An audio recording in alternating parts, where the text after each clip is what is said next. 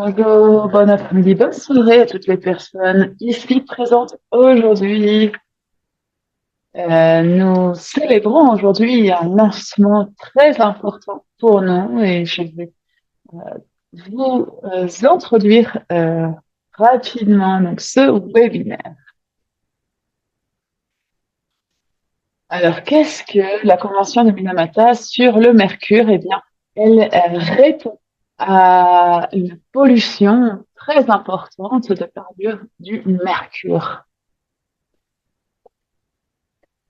Les femmes et les filles sont principalement euh, victimes de cela à cause du mercure présent dans la préparation de la nourriture et d'autres activités. L'idée aujourd'hui, c'est de se retrouver pour comprendre l'importance et le besoin d'une perspective de genre dans la Convention de Minamata.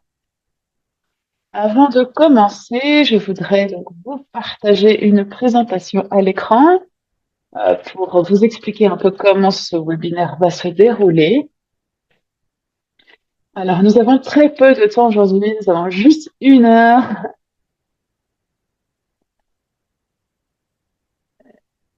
Donc, je me permettrai de prendre la parole à plusieurs reprises et puis donc d'ouvrir cette session.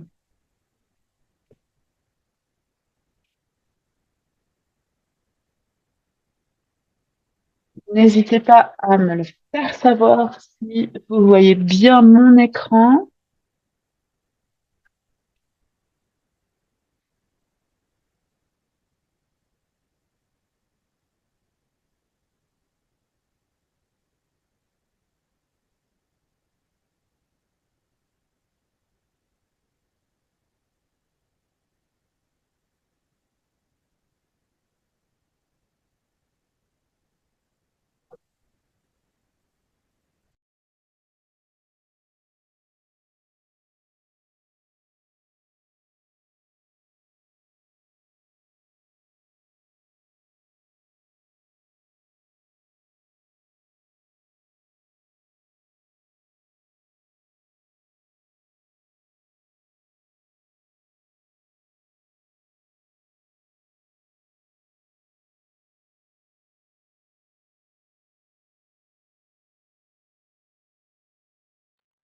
Alors, désolée pour cela. Nous essayons de résoudre un petit problème technique pour pouvoir donc partager la présentation. Est-ce que cela fonctionne? Alors, c'est en cours, il semble.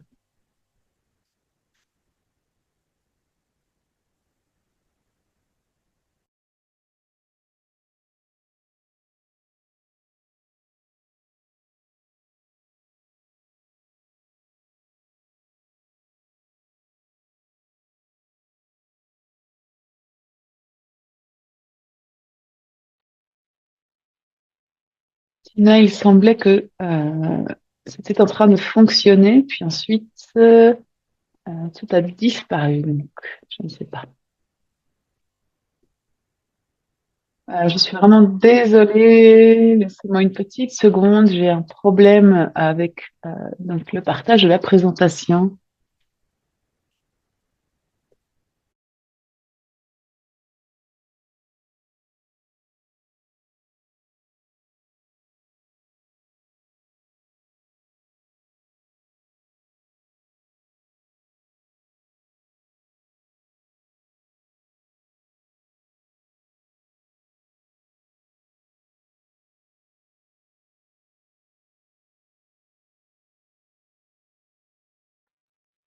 Voilà, alors j'espère que ça fonctionne. Parfait, je suis vraiment désolée pour ce problème. Donc, merci encore d'être ici aujourd'hui. Alors, avant de commencer, merci de bien vouloir garder votre micro éteint pendant toute la durée du webinaire. Nous voudrions vraiment savoir qui est présente ici aujourd'hui. Donc, n'hésitez pas à utiliser le chat pour vous présenter, nous dire d'où vous venez, peut-être quelques mots sur votre travail aussi. Et concernant les collègues s'ils ne sont pas anglophones, eh bien, n'hésitez pas à rejoindre votre canal d'interprétation qui est donc disponible en espagnol et en français. Vous verrez un petit globe en bas de votre écran. Cliquez sur ce globe et vous aurez l'option de choisir l'une ou l'autre langue.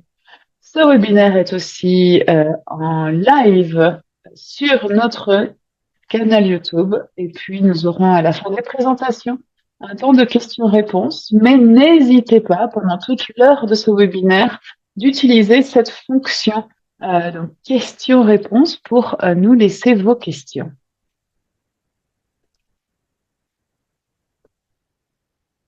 Alors, je suis vraiment ravie de lancer, de participer à ce lancement aujourd'hui avec des collègues extraordinaires. Donc, Monica, qui est secrétaire exécutive de la Convention Minamata, et Lara, qui est aussi donc responsable de programme au sein de la Convention. Et je donne aussi la bienvenue à mon amie Anna, qui est responsable de projet genre et produits chimiques à l'Institut MSP. Donc, c'est un groupe très intéressant et c'est une série nouvelle de webinaires et c'est un travail assez nouveau. Nous sommes donc en train de le lancer et nous avons hâte de travailler ensemble et de nous alimenter de vos points de vue. Alors, Monica, merci d'être là. Cela n'aurait pas pu être possible sans le soutien du secrétariat. Donc, Monica a été vraiment un pilier et donc vraiment te remercier personnellement de nous avoir encouragés à lancer ce travail. Alors, Monica est la secrétaire exécutive de la Convention de Minamata sur le mercure.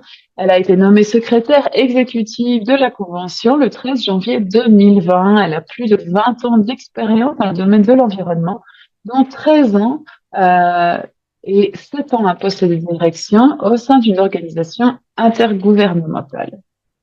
Et plus récemment, elle a été secrétaire exécutive de la Commission pour la protection de l'environnement marin de la Baltique.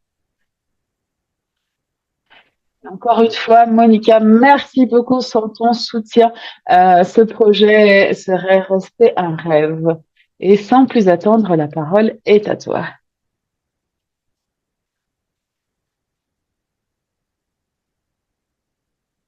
Merci beaucoup pour ces mots et je voudrais te retourner les remerciements. Merci d'avoir fondé, d'être directrice de Women for Biodiversity. Je me rappelle de l'importance de l'importance de ton travail et de la création du caucus pour la Convention sur la biodiversité. Et en tant qu'instrument multilatéral, nous avons été très inspirés par ton travail et nous voulions aussi la même chose pour la Convention de Minamata. Et je suis vraiment ravie aussi d'accueillir ici Anna de l'Institut MSP. Je suis tellement fière de voir qu'il y a autant de collègues et d'organisations qui souhaitent travailler avec nous sur ces thèmes, sur les impacts du mercure sur les femmes et les filles. Nous avons un document fondateur dans lequel nous expliquons cela. Et c'est une convention aussi assez jeune. Donc, au sein du secrétariat, nous nous sommes demandé comment faire un bon travail, comment faire bien les choses, comment intégrer des impacts et une différenciation visible de ces impacts sur les femmes et les filles. Et voir comment mobiliser la société civile pour soutenir cette cause si importante. Nous avons travaillé pendant un bon moment sur notre plan d'action de genre, qui est aussi une approche nouvelle pour nous. Et il nous manquait encore une pièce. Nous voyons beaucoup d'individus dans les organisations, beaucoup d'intérêts, beaucoup de connaissances, mais peu d'endroits où nous retrouver, où discuter, où élaborer des stratégies. Et en tant que secrétariat, nous ne pouvions pas non plus porter tout cela sur nos épaules. Et je me rappelle ma rencontre avec Tina et tu as mis sur la table une solution qui en fait existait déjà et donc j'ai vraiment beaucoup de gratitude envers ton travail, envers tout ce que tu fais. Et notre secrétariat est très petit, malgré le fait qu'il s'agit d'une convention très importante. Donc, je suis ravie d'être ici aussi. J'espère que de nombreuses personnes nous rejoindront dans ce webinaire et puis dans ce travail d'engagement auprès des femmes et des filles dans la lutte contre le mercure. Et nous voulons vraiment amplifier vos voix et créer le plus d'espace possible pour la faire entendre. Et encore une fois, merci pour votre intérêt immense pour nous aider à organiser ce caucus de femmes de la Convention de Minamata. Et donc, c'est un moment à marquer d'une pierre blanche.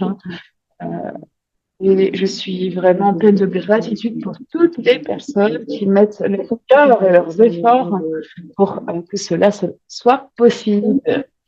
La parole. Merci beaucoup, Monica. Et en effet, c'est toujours un effort collectif. Nous avons travaillé en coulisses pour voir comment rendre cela possible. Merci encore pour ces réunions préalables. Et je voulais aussi souligner que cette avancée sociale au sein de la Convention permettra donc aux personnes d'en apprendre plus sur ce thème, de vraiment mettre plus de lumière sur les organisations qui ce phénomène. Et je voudrais accueillir maintenant une autre personne incroyable au sein de la Convention de Minamata. Je vous présente Lara, qui est juriste et point focal pour les questions de genre au sein du secrétariat de la Convention. Elle a rejoint le secrétariat en juillet 2019. Elle fournit des conseils, des orientations juridiques globales en ce qui concerne la mise en œuvre du programme de travail de la Convention et les réunions de la conférence des parties. On donne également le travail du secrétariat autour des questions spécifiques, à savoir les sources d'approvisionnement en mercure, commerce du mercure, les rapports nationaux, la coopération internationale et le soutien au travail des comités de mise en œuvre et de conformité. Elle apporte également un soutien technique international spécifique, d'autres activités de renforcement des capacités du secrétariat. En 2021, elle était nommée point focal pour l'égalité de genre au sein du secrétariat et a dirigé l'élaboration et l'adoption du plan d'action de genre de la Convention de Minamata. C'est vraiment extraordinaire de t'avoir ici, Lara, et tu as aussi vraiment ouvert la voie pour nous. Et nous espérons vraiment que tout ce que nous pourrons apporter au sein du secrétariat nous permettra vraiment de soutenir ton travail et de voir comment le rendre effectif sur le terrain. Et la parole est à toi. Encore une fois, merci beaucoup pour ces gentils mots. Et comme Mika le disait, je suis vraiment pleine de joie et de gratitude au vu de ton soutien et de tout l'intérêt que ce caucus suscite. Merci de votre intérêt sur ce thème. Et c'est vraiment grâce à toi que nous pouvons donner plus de voix, amplifier ce message et soutenir les femmes pour donc la mise en œuvre effective de la Convention de Minamata sur le mercure. Donc, merci encore d'avoir organisé cet événement. Alors, j'ai préparé une présentation assez courte pour commencer à discuter du thème qui nous intéresse aujourd'hui et de comment la Convention de Minamata reflète déjà dans son texte les préoccupations de l'exposition au mercure, principalement des femmes et des filles, et comment elles sont affectées de manière disproportionnée par la pollution au mercure. Donc, je vais partager ma présentation. J'espère que cela fonctionne,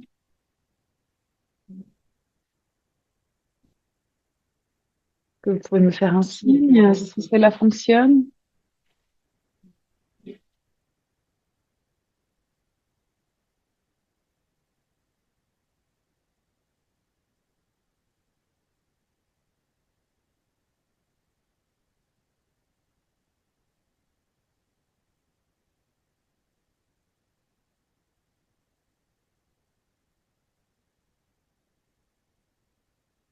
Voilà, je crois que c'est bon.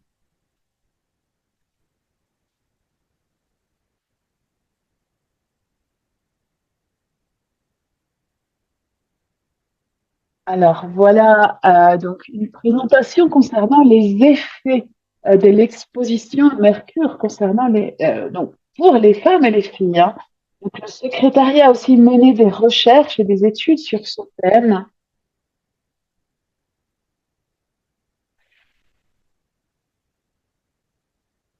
Même si toutes les personnes sont bien entendu touchées par la pollution au mercure, eh bien les femmes et les filles sont d'autant plus touchées.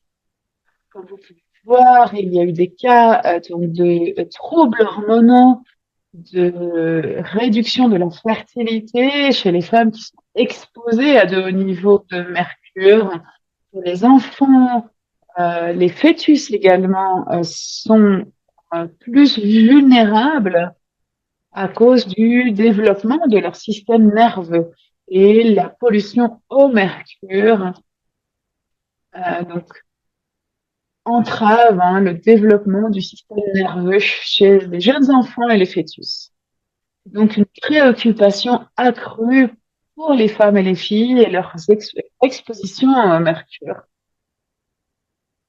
Comme Monica l'a mentionné, la Convention de Minamata euh, explique dans son texte donc une préoccupation spécifique pour les femmes et cela fait partie de l'objectif de la Convention de protéger la santé humaine et l'environnement des effets adverses du mercure. Et il y a aussi un engagement, une compréhension dans la Convention même que certaines populations sont plus vulnérables à cette exposition au niveau environnemental, dans leur travail ou dans les produits qui sont consommés. Et donc les femmes font partie de ces groupes qui sont spécifiquement touchés. Alors, par exemple, l'exposition au mercure peut venir de différentes sources de contamination. Par exemple, la consommation de fruits de mer, de produits issus de la mer. Euh, les poissons, par exemple, sont hautement contaminés et cela affecte d'autant plus les femmes enceintes, les femmes avec de jeunes enfants.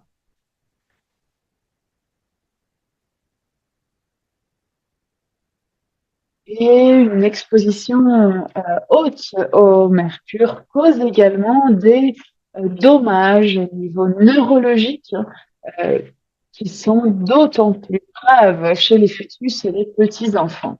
Autre source, c'est l'utilisation de produits pour éclaircir la peau qui contiennent donc du mercure et ce sont souvent les femmes qui utilisent euh, ces produits et donc se d'autant plus exposées à cette contamination. La Convention de Minamata, lors de sa dernière réunion, a adopté une décision qui interdit explicitement la fabrication, l'importation et l'exportation de produits cosmétiques qui contiennent du mercure. C'est vraiment une avancée très importante et donc des derniers progrès de cette convention. Ces produits sont dangereux pour la santé des personnes. Ils produisent ils sont ils sont toxiques, pardon, pour la peau, pour les yeux, euh, pour les reins également. Et ce n'est pas seulement les personnes qui utilisent ces produits, mais il y a aussi une exposition secondaire au sein des maisons où ces produits sont consommés. Autre, euh, Autre source d'exposition au mercure, c'est la minerie d'or à petite échelle. Et ce sont très souvent les femmes qui travaillent dans ce type de mine artisanale. Et le mercure est utilisé pour séparer l'or des résidus. Donc, cela provoque des fumées qui sont très toxiques pour les personnes qui les inspirent. Et donc, cela cause une intoxication très forte au mercure. Et on voit à quel point ce sont encore une fois les femmes qui sont les plus touchées.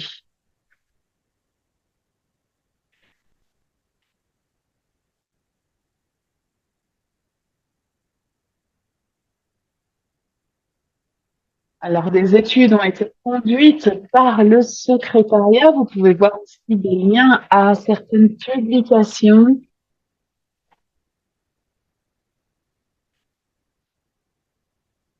Nous avons également proposé des formations. Il y a ici des liens à des cours, un apprentissage en ligne. Vous pouvez aussi trouver des articles. Et je vous invite aussi à vous rendre sur le site internet pour voir tous ces cours et ces formations ainsi que ces articles et documents que nous avons développés sur le sujet.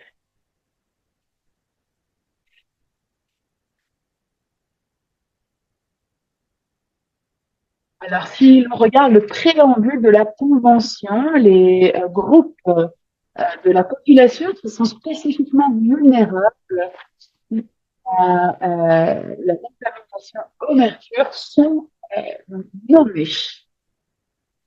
On parle de la conscience, de la conscientisation concernant les préoccupations sur la santé, surtout dans les pays en développement.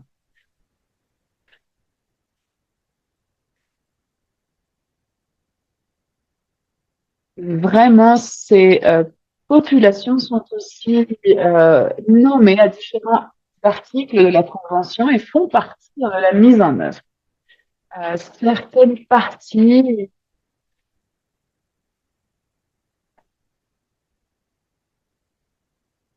développent des plans d'action pour réduire ou éliminer l'utilisation du mercure dans la minerie à petite échelle.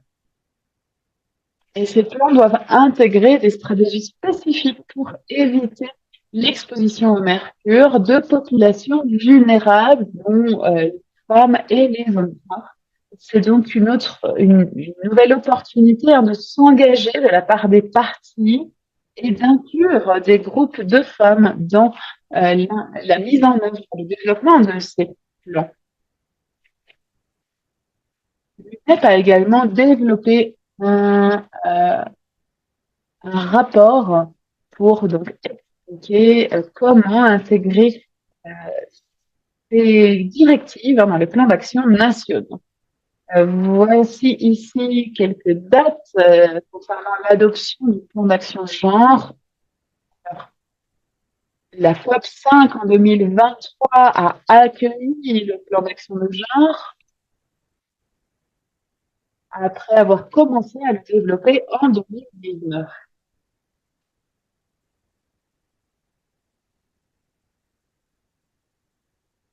Et je me souviens que nous avions travaillé à cela aussi avec Anna il y a 2 ans. Et je vous laisse ici donc tous les liens pour les plans d'action, les décisions.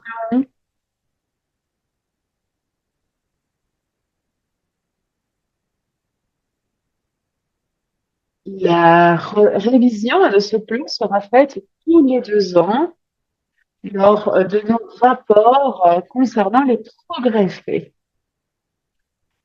Et puis, les priorités seront également mises à jour.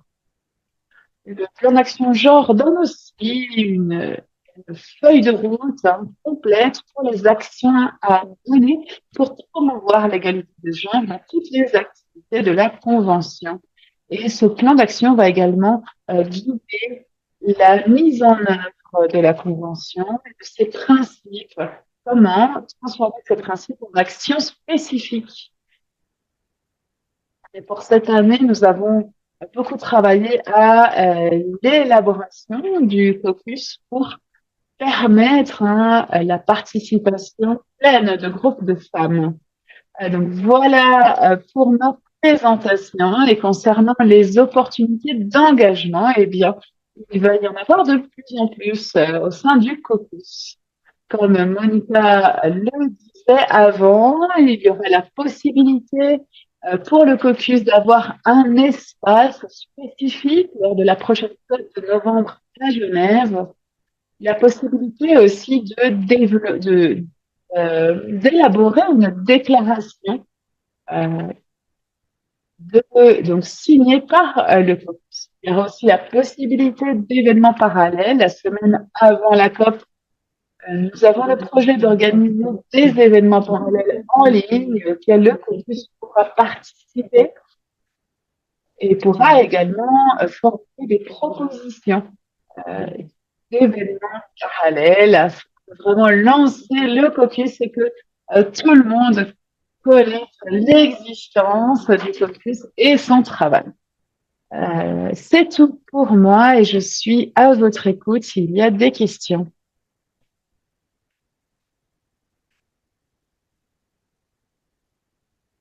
Merci beaucoup, Lara. Merci beaucoup. C'est aussi extraordinaire de voir les progrès qui ont été faits. Et l'intérêt, c'est qu'on ne va pas commencer du zéro, parce que nous avons déjà des éléments dans la Convention de Minamata pour commencer notre travail. Cela rend la tâche un peu plus facile. Notre travail maintenant va être de comprendre mieux les décisions et de les alimenter. L'opportunité pour nous, c'est de voir comment ces décisions qui ont été prises sont, sont mises à disposition aussi des partenaires sur le terrain. Et cela nous aide aussi à voir ce que le caucus va proposer lors de la prochaine COP de novembre. Merci beaucoup pour cette présentation. J'espère que ma présentation fonctionne bien, enfin, que tout soit bon maintenant.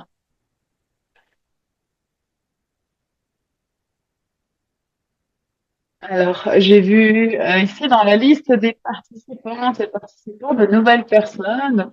Bienvenue ici et merci donc de soutenir le travail de la Convention de Minnesota. Merci donc à nos intervenantes. Et puis, je suis aussi ravie de commencer ce processus où euh, nous pourrons vous partager un peu de la vision qui soutient le caucus. Alors, pour l'instant, c'est un travail qui en est à ses débuts. Et nous espérons vraiment être capables euh, de partager cela avec tout le monde et de rendre possible la participation en ligne aux événements parallèles. Cela va permettre aussi donc d'orienter, de guider les discussions de la COP de novembre. Et pour amorcer ce processus, Women for Biodiversity et l'Institut MSP ont joint leurs efforts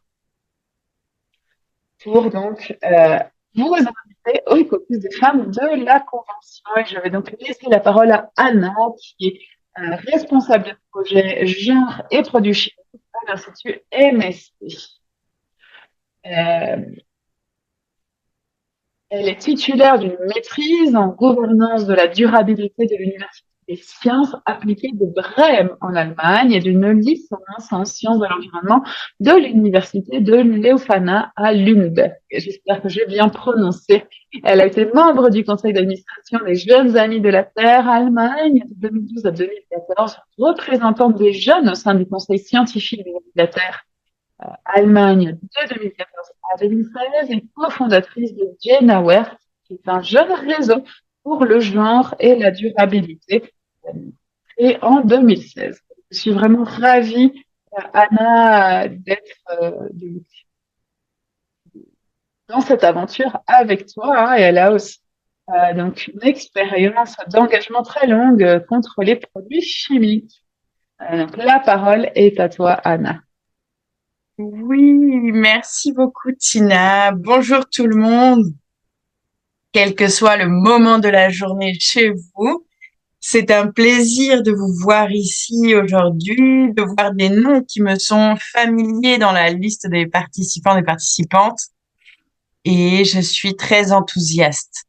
Et donc, je suis Anna Holtos et je suis responsable de projet à l'Institut MSP, donc sur le développement durable. Et je suis basée à Berlin. Donc, on a été créé en 2016, donc le GENA-Werk, le réseau GENA-Werk, pour travailler sur ces sujets.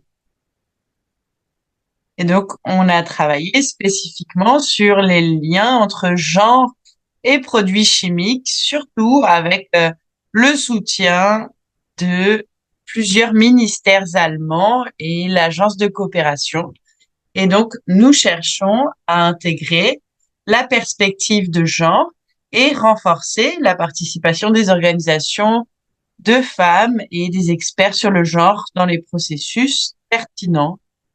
On a été spécifiquement active sur les questions liées à la convention et le SAICOM.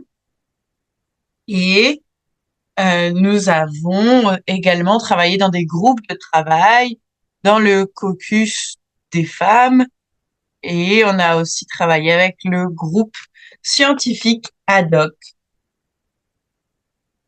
La grande étape dans notre travail l'année dernière, ça a été la 5e conférence qui a été donc tenue à Bonn, et la conférence a adopté donc un cadre sur les produits chimiques, notamment une résolution qui a été spécifiquement émise sur la question du genre avec un groupe de parties prenantes et tout le soutien de Lara et Tina. On a aussi officiellement lancé un partenariat sur le genre et donc par rapport à la question du genre et des produits chimiques. Et durant ma préparation pour cet appel, je me disais que sur ces dernières années de travail, le mercure a été un exemple clé que l'on utilise pour expliquer les liens complexes entre le genre et les produits chimiques.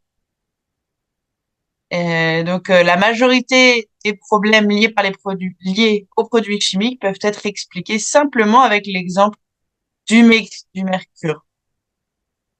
Donc, comme le disait Lara, il y a des différences biologiques qui vont amener des expositions différentes au mercure entre les hommes et les femmes, du fait donc des différences physiologiques. Et il va y aussi y avoir des produits différents. Et donc, c'est aussi lié à des aspects sociaux et au rôle de genre, notamment du fait de la division du travail genré, avec des tâches qui vont être quasi exclusivement féminines et exposer les femmes au mercure. Et finalement, donc la perspective de genre permet d'améliorer notre façon de traiter la pollution au mercure. de mieux prendre en compte qui doit être soutenu et de quelle façon. Et nous avons développé euh, un outil d'évaluation pour créer et introduire des technologies libres de mercure sur le marché allemand. Et cela permet de s'assurer que les nouvelles technologies sont un bénéfice à la fois pour les hommes et les femmes. Je voudrais aussi rebondir sur ce que disait Lara par rapport à l'intersection entre la pollution au mercure et d'autres inégalités en lien avec certains produits. Et donc, il faut notamment comprendre comment la pollution au mercure est liée à l'exposition au racisme, notamment avec ces produits de blanchiment. On parle aussi des impacts chez les hommes, puisqu'il peut y avoir euh, une affectation du sperme. Et donc, avoir une perspective genrée peut permettre d'améliorer les choses pour tout le monde. Et donc, mes collègues ici pourront également nous en dire plus.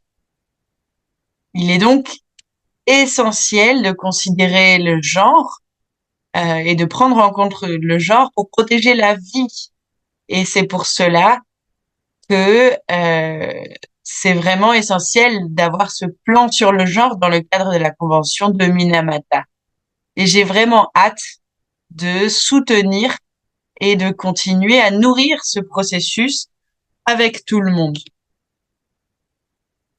Il est aussi essentiel de pouvoir construire un caucus des femmes qui soit fort et j'ai hâte de vous entendre et d'apprendre de votre expérience et de votre expertise et de travailler avec vous pour renforcer la prise en compte du genre dans le cadre de la Convention de Minamata.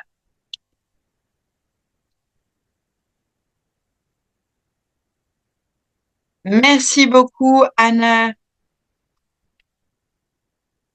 Merci d'avoir donné le ton. Donc, je suis Mrinalini Rai et je suis très heureuse de partager cet espace avec toutes mes collègues. Et Women for Biodiversity, c'est aussi un réseau international qui travaille de très près euh, sur les questions de biodiversité.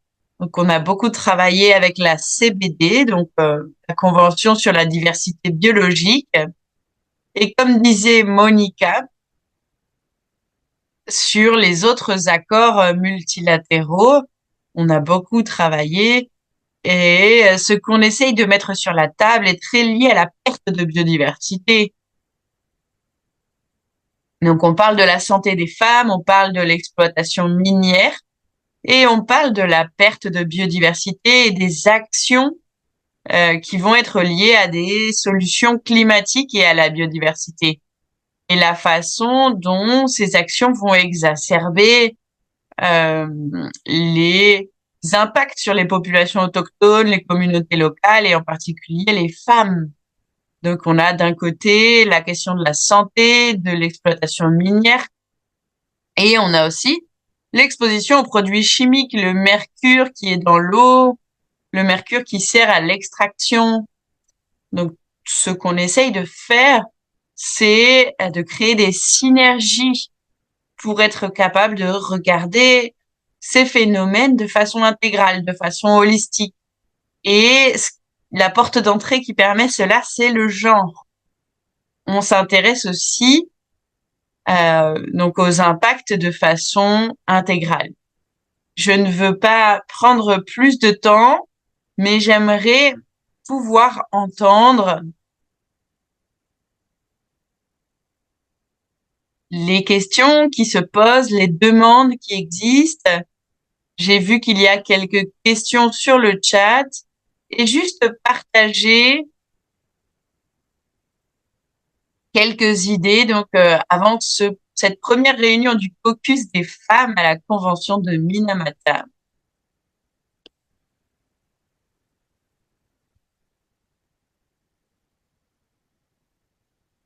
Est-ce que vous voyez à nouveau mon écran?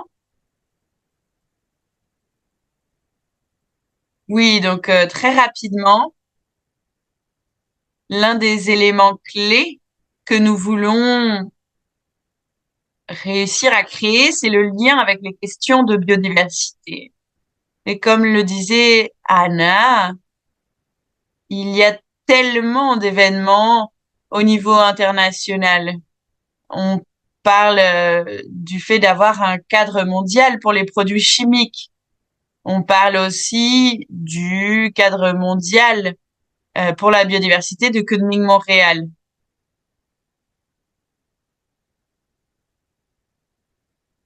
On a aussi donc le cadre mondial de l'ICCM 5.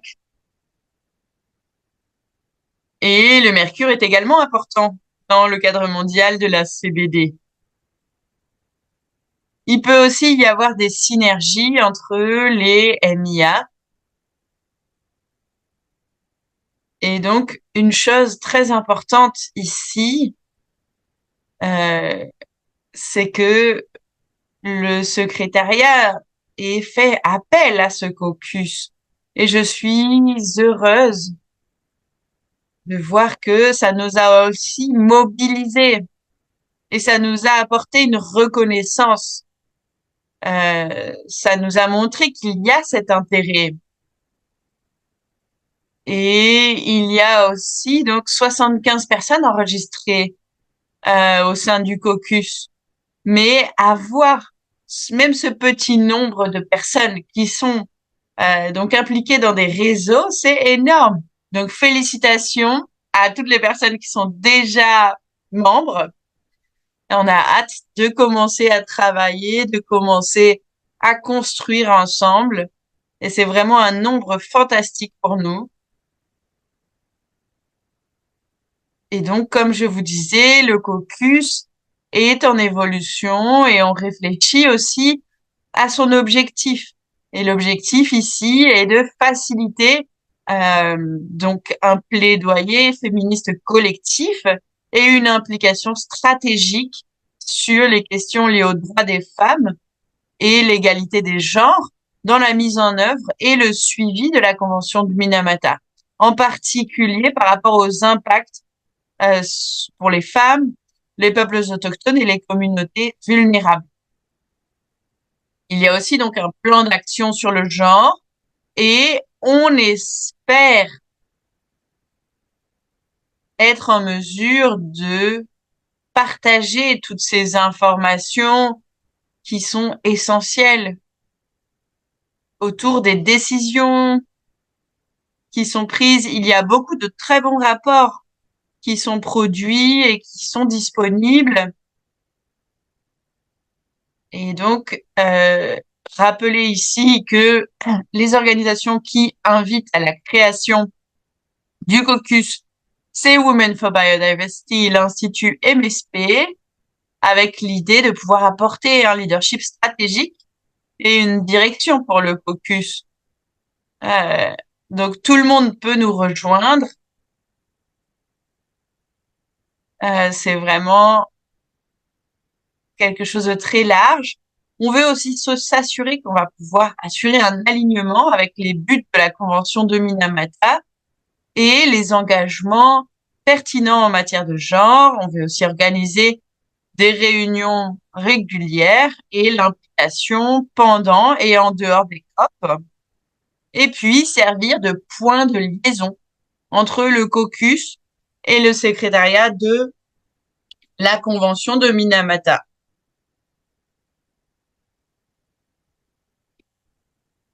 Et comme disait Lara, euh, c'est vraiment important aussi de dire qu'on va avoir un espace au niveau de la COP. On va avoir un endroit à partir duquel on pourra s'exprimer. Et donc, pour l'équipe de coordination, Et donc, l'équipe de coordination auprès du secrétariat, on va coordonner la logistique, la documentation, la communication du caucus. On va aussi gérer donc une base de données et faciliter l'intégration de nouveaux membres. On a aussi créé une liste mail. J'espère que vous êtes déjà dessus. C'est aussi pour assurer la communication et euh, donc l'accessibilité.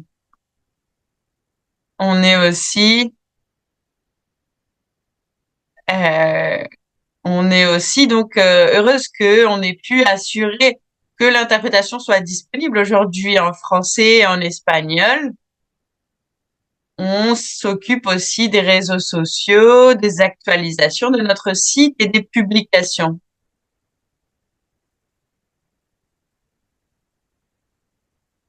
On veut aussi s'assurer que les événements vont nous permettre de partager tout le travail qui est mené au moins d'ici la COP en novembre. Et donc ici, je voudrais juste vous parler rapidement des fonctions de coordination. Il nous faut d'abord coordonner la question du plaidoyer. Et c'est là que vraiment tout le monde est encouragé à participer. Donc l'idée, c'est de consolider et d'amplifier nos positions communes pour la COP et les processus qui ont lieu entre les sessions. Et donc l'idée, c'est de pouvoir construire et consolider ces positions collectives. On espère avoir plusieurs réunions d'ici la COP en novembre. Ce sera très probablement une des réunions mensuelles et des réunions virtuelles. On va aussi avoir la newsletter de Women for Biodiversity. Et l'idée, c'est vraiment, on espère que tout le monde va nous rejoindre. L'idée, c'est aussi de pouvoir construire des partenariats. Et l'idée, c'est aussi de voir ce petit réseau s'élargir, de pouvoir s'impliquer et être en contact avec la société civile, les instances de des Nations Unies, pardon, et les organisations de peuples autochtones et communautés locales. Et je pense que c'est tout. Il y a un lien ici qui va aussi être partagé sur le chat.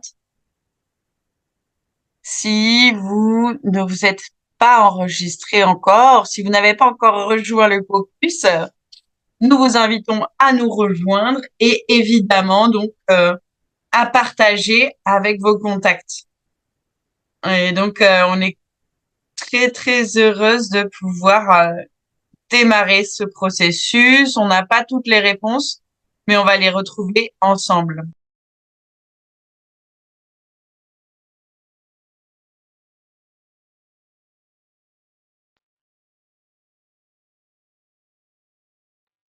Je m'arrête donc de partager l'écran. J'ai vu quelques questions sur le chat. N'hésitez pas à lever la main. Edith, Edith, vous avez la parole. Bonjour tout le monde. Merci beaucoup pour cette initiative.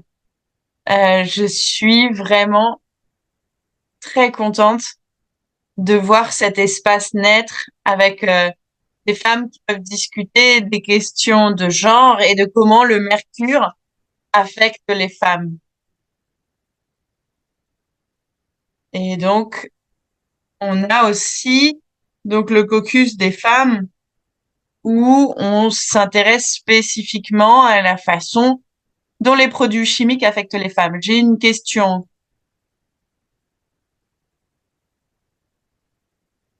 Qu'est-ce qu'on pourrait attendre dans les prochains mois?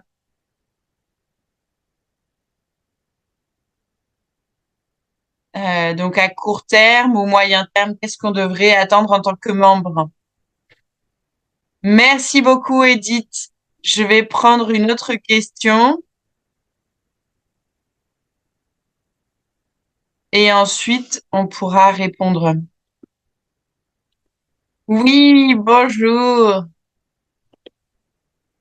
C'est un plaisir de voir cette association, cette alliance qui se construit.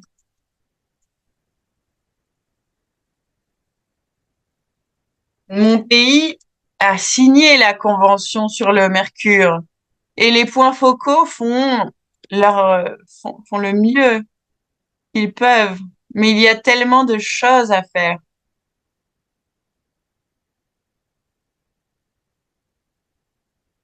On voit que les gens utilisent des crèmes de blanchiment.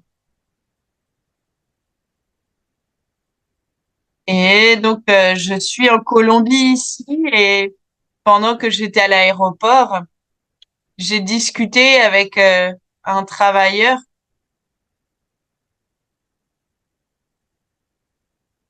et il m'a aussi parlé des crèmes de blanchiment. Et il me disait qu'il a arrêté cela pour commencer à utiliser donc des produits organiques. Et je me demande qu'est-ce qui se passe avec l'interdiction de ces produits. On voit donc ces crèmes qui arrivent encore chez nous.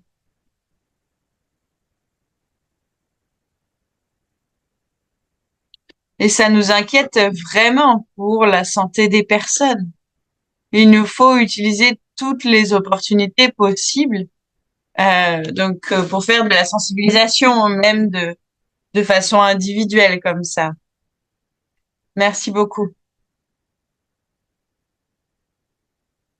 Merci beaucoup, Ruth.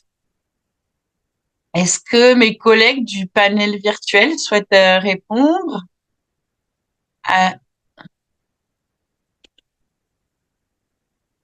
Ah, bonjour, Dunia.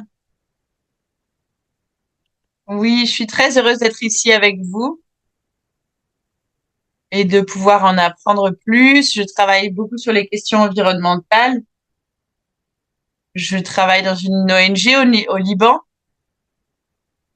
et je travaille beaucoup sur les questions de sensibilisation, de prise de conscience auprès des enfants, auprès des femmes. Et donc, je suis très heureuse d'en savoir plus sur cette convention. J'ai participé à plusieurs COP, euh, et donc notamment à Abidjan, la COP 16. On a eu plusieurs expériences, on discutait du plan d'action et la femme du président de Côte d'Ivoire était présente et c'était la première femme présidente d'un caucus à ce moment-là. Et c'était vraiment essentiel pour pouvoir mettre en œuvre un bon plan d'action. Je suis très heureuse d'être ici avec vous et j'aimerais bien avoir plus d'informations sur la façon de participer pour la prochaine COP. Merci beaucoup, Dounia.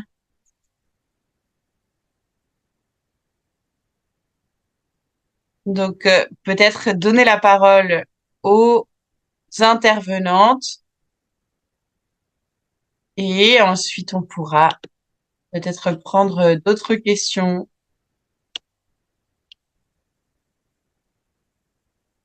Oui, alors rapidement, sur la question de qu'est-ce qui va se passer pendant les 3 prochains mois. Je voulais juste souligner qu'on a mis sur le chat, donc notre collègue Richard a mis des informations sur les possibilités de proposer des événements parallèles ou d'être présent de différentes façons pendant la COP, donc avec des stands ou d'autres façons d'être présent, présente. Et les documents vont être disponibles en septembre dans toutes les langues des Nations Unies. On va aussi avoir une réunion de préparation dans les 4 régions en préparation de la COP et les observateurs, observatrices sont bienvenus à participer à ces réunions. Et donc, si vous n'êtes pas encore une organisation observatrice de la Convention de Minamata, il y a un processus pour que vous puissiez l'être.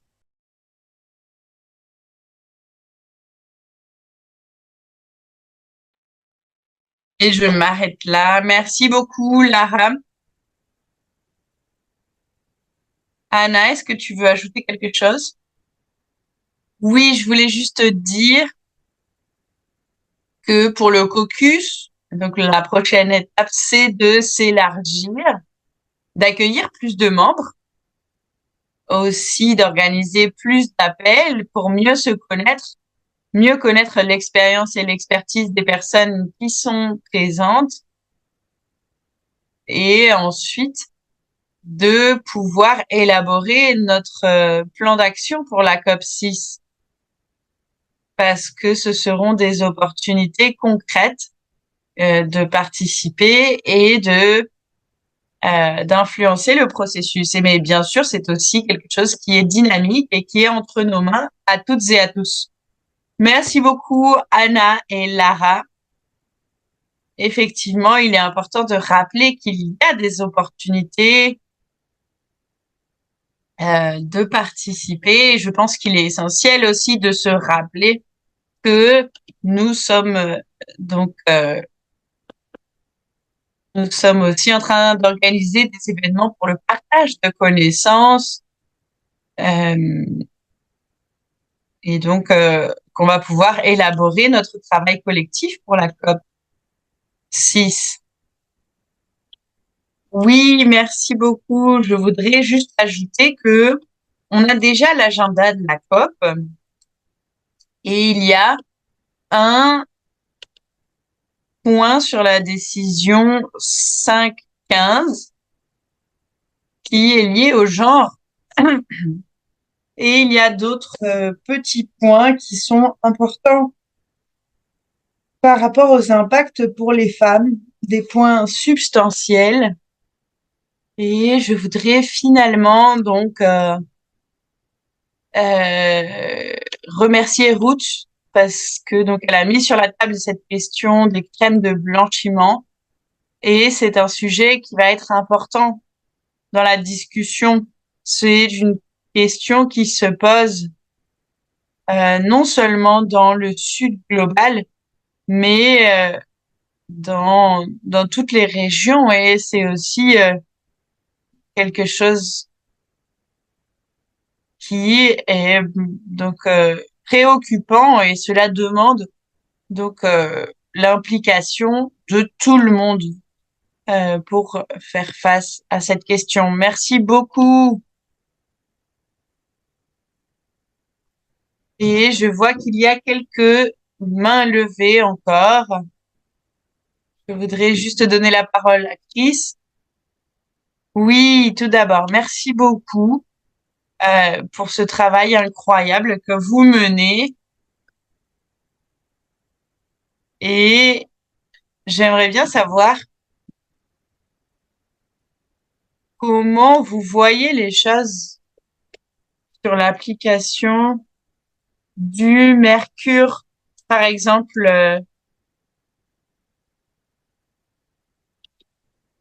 sur les applications utiles du mercure ou les applications où n'a pas d'alternative. Comment est-ce que vous voyez cela?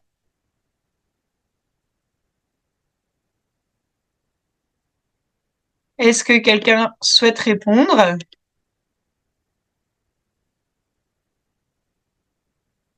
Je suis pas sûre d'avoir complètement compris ta question. Je vais reformuler.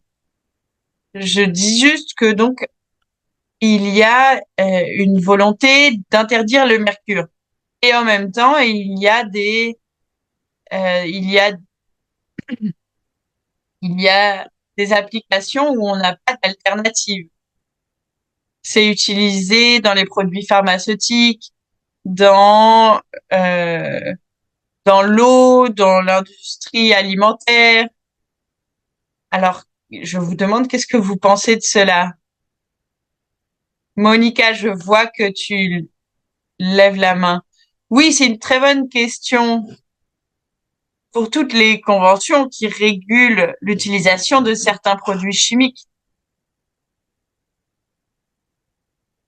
on a deux annexes à la convention qui décrivent les alternatives sans mercure qui existent pour les différents produits. Et cette liste grandit au fur et à mesure. C'est vraiment un processus dynamique. Et donc, on cherche toujours des alternatives. Il y a aussi des exclusions. On reconnaît par exemple que pour les vaccins, le mercure va continuer à être utilisé.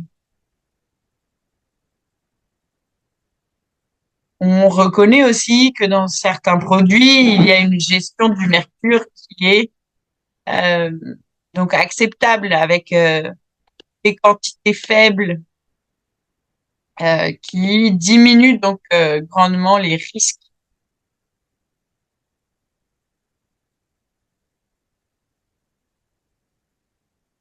Voilà, merci beaucoup.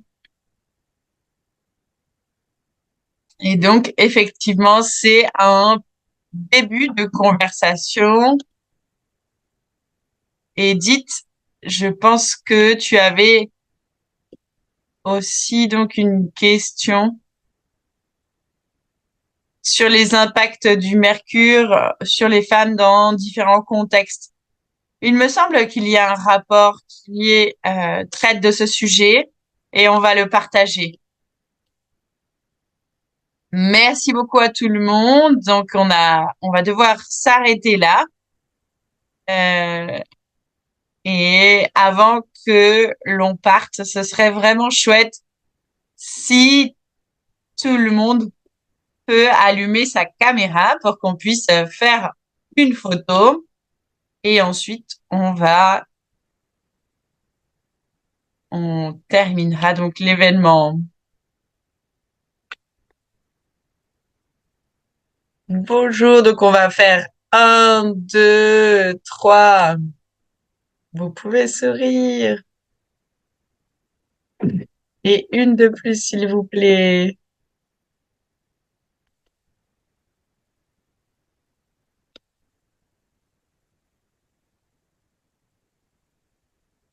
Merci beaucoup. Merci tout le monde. Au revoir. Oh, attention, une dernière photo. Un, deux, trois. Merci. Merci donc aux